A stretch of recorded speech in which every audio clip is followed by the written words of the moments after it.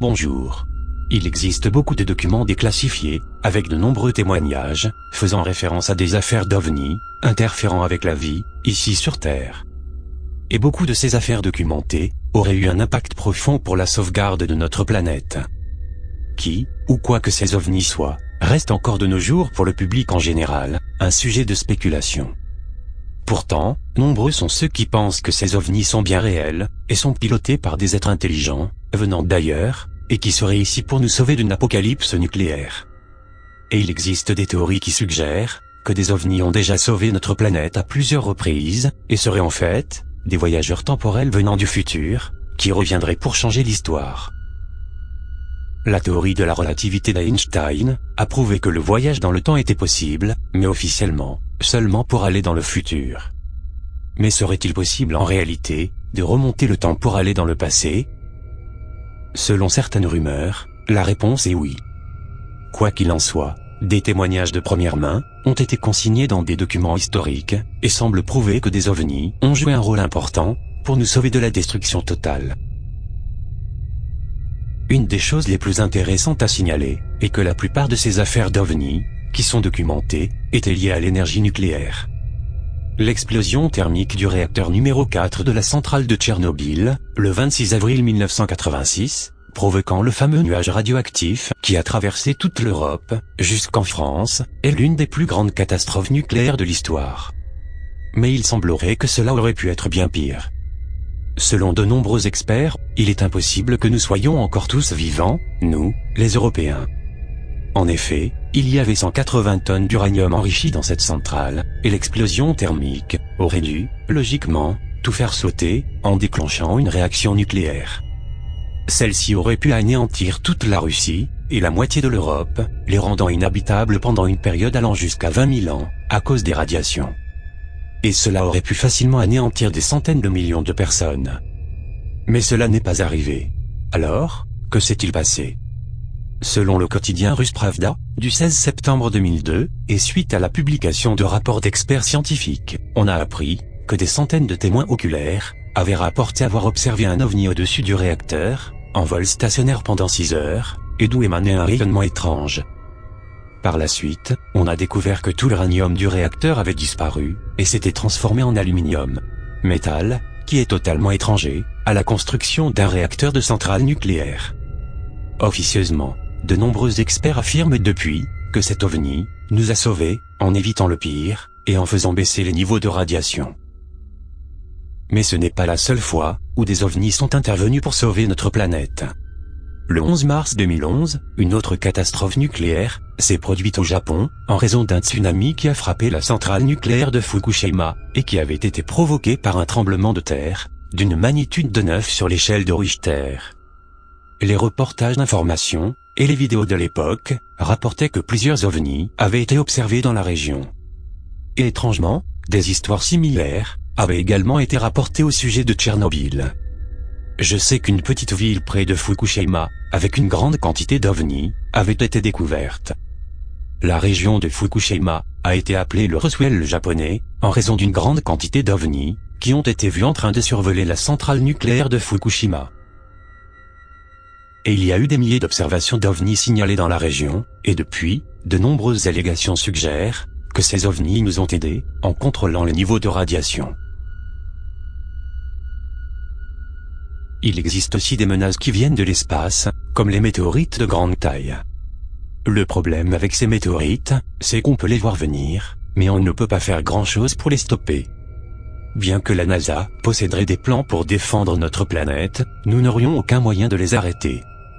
Le 15 février 2013, un astéroïde de grande taille a été filmé par de nombreux dashcams à travers la Russie, et il a été affirmé qu'il était assez grand pour détruire une ville tout entière.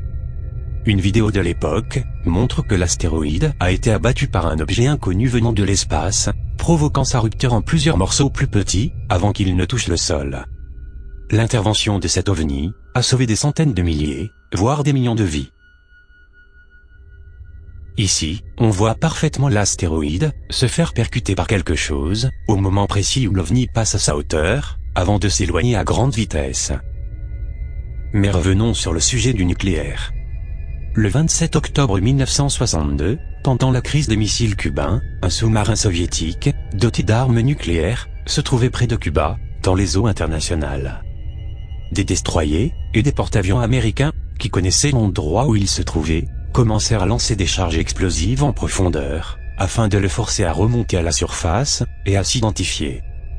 Quand les soviétiques entendirent que les grenades sous-marines explosaient près d'eux, ils craignèrent le pire. De nombreux membres d'équipage du sous-marin voulaient lancer des missiles nucléaires en défense, mais ce faisant, cela aurait déclenché une réponse nucléaire massive des Américains, et aurait provoqué le début de la Troisième Guerre mondiale. Une dispute aurait donc éclaté parmi les 3 membres d'équipage qui étaient en charge du sous-marin, et finalement, ils auraient décidé de ne pas lancer l'arme nucléaire. Cependant, après cet incident international, des rumeurs ont circulé selon lesquelles l'équipage du sous-marin aurait en réalité essayé de lancer leur missile nucléaire. Malgré la dissimulation sur cette affaire, il a été révélé que tous les membres de l'équipage étaient d'accord pour lancer les missiles, mais que ceux-ci ayant été mystérieusement désactivés, ils n'ont pas réussi à le faire. Ne voulant pas admettre l'échec, les soviétiques ont officiellement affirmé que la décision de ne pas lancer l'arme nucléaire avait été prise par le vice-amiral Vassili Arkhipov. Ce dernier, passant pour un héros, a été surnommé « le gars qui a sauvé le monde ». Mais pendant cet affrontement, il y avait beaucoup de témoins oculaires à bord de l'USS Randolph, le navire américain.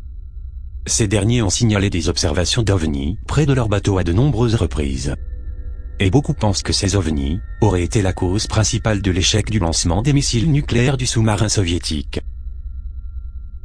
Ceci n'est qu'un exemple parmi tant d'autres, où des ovnis ont désactivé des missiles nucléaires, pendant la guerre froide. Le 24 mars 1967, sur la base aérienne de Malmstrom, dans le Montana, des gardes observent d'étranges lumières zigzagant dans le ciel. En dehors de la base, des témoins civils aperçoivent clairement plusieurs ovnis. Au même instant, des problèmes techniques surviennent sur l'un des silos. 10 missiles nucléaires intercontinentaux, pointés vers la Russie, se retrouvent soudainement désactivés. Tandis que les signaux d'alerte clignotent sur les tableaux de contrôle, à l'extérieur, un commando de sécurité complètement affolé signale la présence d'un ovni rougeoyant, en forme de soucoupe, qui planait en silence devant l'entrée de la base. Tous les missiles nucléaires de la base étant hors service, toute leur défense était devenue inopérante, et en cas d'attaque nucléaire, ils n'étaient plus en mesure de riposter. Le lieutenant Robert Salas, en service sur le site au moment des faits, déclara plus tard: « J'ai toujours eu l'impression que cet ovni nous avait envoyé une sorte d'avertissement au sujet de nos armes nucléaires. Ne jouez pas avec les allumettes les enfants, vous risquez de vous brûler. Nous ne vous voulons aucun mal, mais voilà de quoi nous sommes capables. Vos armes les plus puissantes seraient inefficaces contre nous, car inopérantes, selon notre bon vouloir. » Mais la France n'est pas en reste lorsqu'il s'agit d'observations d'objets volants non identifiés. Chaque année, près de 300 observations sont recensées. Et c'est un organisme d'État qui s'occupe de les étudier. Le GEPAN, qui dépend du CNES, le Centre national d'études spatiales. Si la plupart du temps, une explication logique semble avoir été trouvée, il existe parfois des cas qui résistent à toute analyse et restent totalement inexpliqués. Et depuis plusieurs années, les centrales nucléaires françaises sont régulièrement survolées par des ovnis.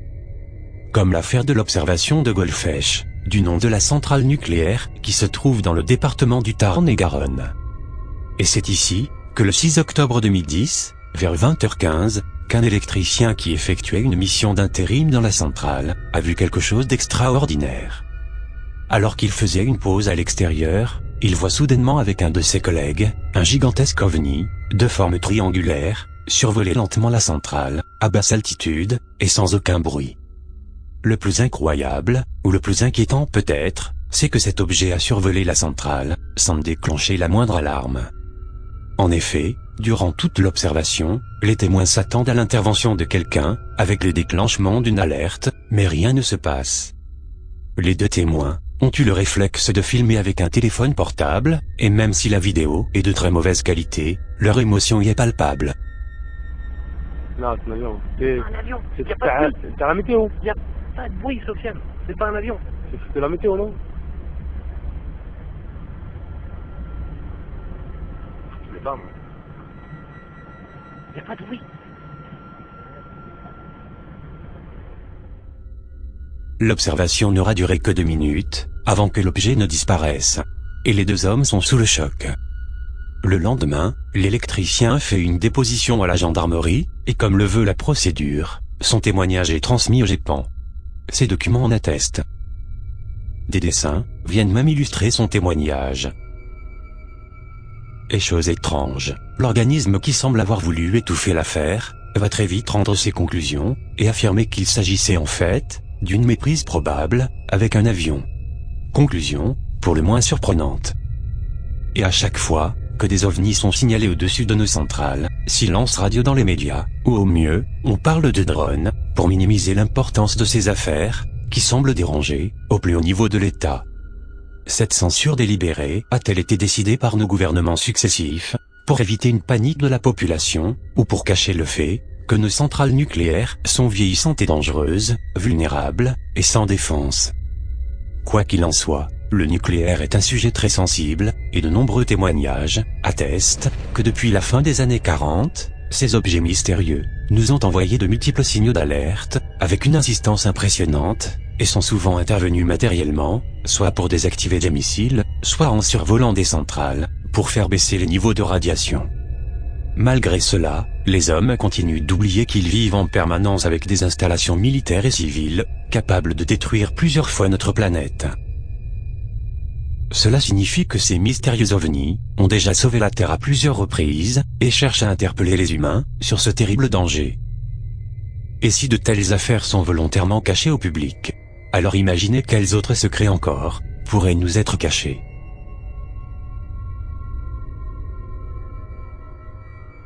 Je vous remercie de m'avoir suivi, et je vous dis à très bientôt, pour la prochaine vidéo.